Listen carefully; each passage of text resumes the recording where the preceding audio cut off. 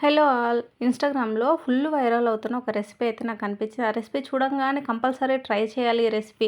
కనిపించిన ప్రతి ఒక్క రెసిపీ అయితే ట్రై చేయం కదా! కానీ ఈ రెసిపీ మాత్రం కంపల్సరీ ట్రై చేసి చూడాలి.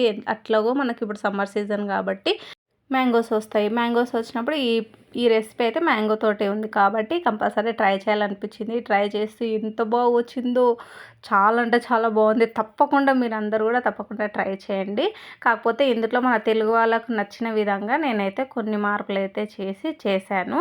మీకు నచ్చితే మీరు ఇలా చేసుకోనండి. దీంట్లో అందరూ కంపల్సరీగా ఒక మ్యాంగో అయితే ఏశారు.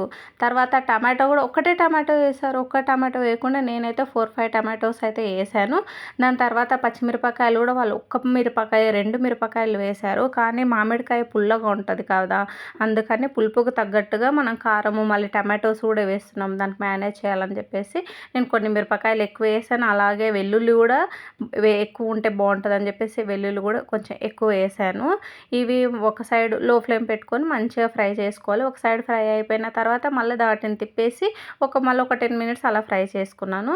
కానీ నాకు ఇందులో కొంచెం నూనె ఎక్కువ అయ్యింది అని అనిపించింది. ఆ నూనె అలాగే పెట్టేసి పక్కకి దాన్ని పోపులో వాడేసుకుందాము అని చెప్పేసి దాన్ని పక్కకు పెట్టేసి పైన పైన ఉన్న ఇవన్నీ టమాటోస్, మిర్చి, వెల్లుల్లి తర్వాత అవన్నీ తీసి మిక్సీ జార్లో వేసుకొని ఒక స్పూన్ జీలకర్ర, కారము, ఉప్పు, ఒక ఫుల్ ఆనియన్ వేసి మీ దగ్గర కొత్తిమీర ఉంటే కొత్తిమీర కూడా వేసుకోండి. కచ్చాపచ్చగా మిక్సీ పట్టాను.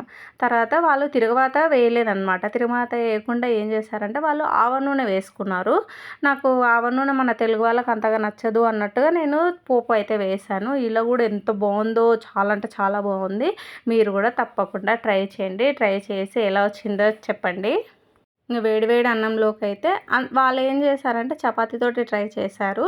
కానీ ప్రతి ఒక్కరు చపాతీతోటే తింటున్నారు. నేను రైస్‌లోకి మనకు తెలుగు వాళ్ళకైతే ఆ రైస్ లేనిది ఉండలేం కదా అని చెప్పేసి నేనైతే రైస్‌లోకి ట్రై చేశాను. రైస్‌లోకి కూడా అదిరిపోయింది. ఫస్ట్ ఉత్త పచ్చడి, కొద్దిగా రైస్ పెట్టుకొని తినేసాను. ఇట్లా ఇంకా బాగుంది.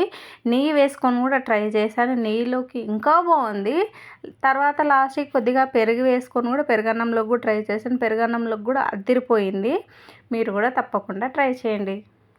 ఆ మ్యాంగో పులుపుకి దానికి ఇంకా కొంచెం స్పైసీగా ఉన్నా కూడా సరిపోతుంది. ఇంకొక 2 మిరపకాయలు ఎక్కువ వేసుకోవచ్చు. ఇంకా కొంచెం కారం కూడా ఎక్కువ వేసుకోవచ్చు. అలా వేసుకున్నా కూడా ఇంకా కొంచెం కారం కారంగా కూడా బాగుంటుంది. నాకైతే ఇప్పటికైతే కరెక్ట్ ఉప్పు, కారము, పులుపు అన్నీ అయితే కరెక్ట్గా అంటే కరెక్ట్గా సరిపోయాయి.